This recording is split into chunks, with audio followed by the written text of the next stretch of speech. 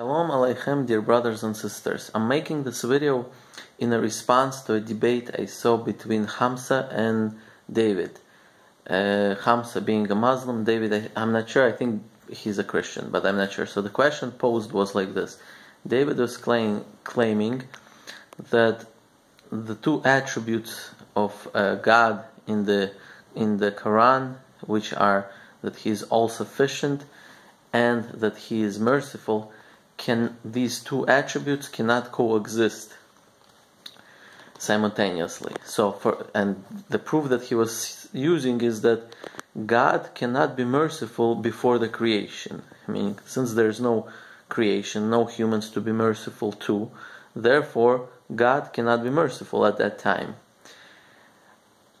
Hence, that He is not all-sufficient, because in order for Him to be merciful, He needs the creation to be merciful to, and therefore He's not all-sufficient, because He's dependent on that creation. So that was David's claim, and Hamza was trying to answer, and they were kind of going back and forth, and I think there's a kind of an easier way to answer. Now, don't get me wrong, because Hamza was in the middle of debate, and obviously it's not that easy to come up with a solution right away. And it's easy for me to watch it and then think about it and then kind of try to come up with a solution. So just keep that in mind. That I think he still did a very good job, but I think that this is what can be said about this topic.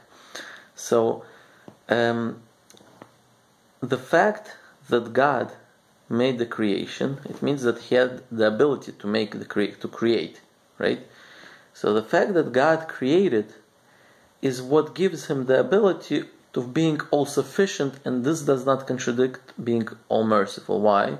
Because if God, let's say, was the type of a God that cannot create, right, then you can make such a claim that He's not all-sufficient, because He needs the creation to be merciful too.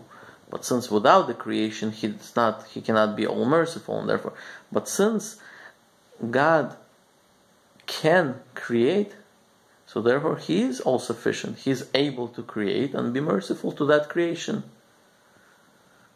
The fact that He can put Himself into the situation where He can be merciful is already being all-sufficient. God is able to put Himself into this situation.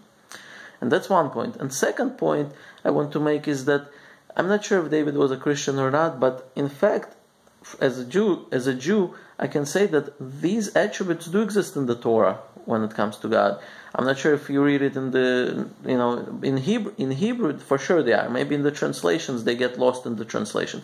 But one of the names of God is actually, I'm going to pronounce it, it's El Shaddai.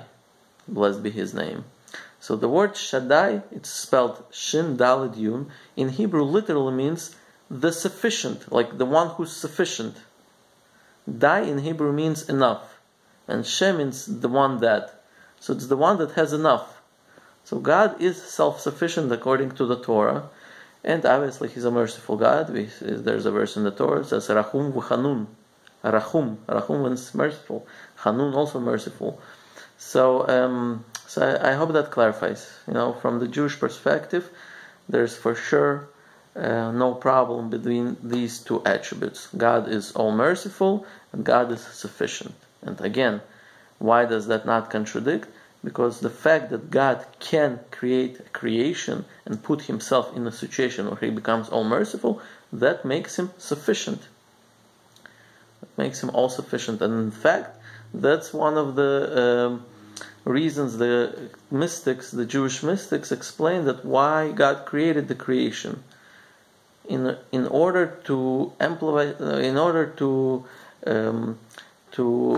reveal His attributes of mercifulness, without the creation, God would not be merciful. In order to be all-powerful, without the creation, God, because you need something to compare to. It's hard to say somebody is most powerful if there's nobody else to compare this to. So the mystics explain that this is the reason why God, blessed be He, created the creation, so that His attributes can be revealed within the creation. Thank you for watching.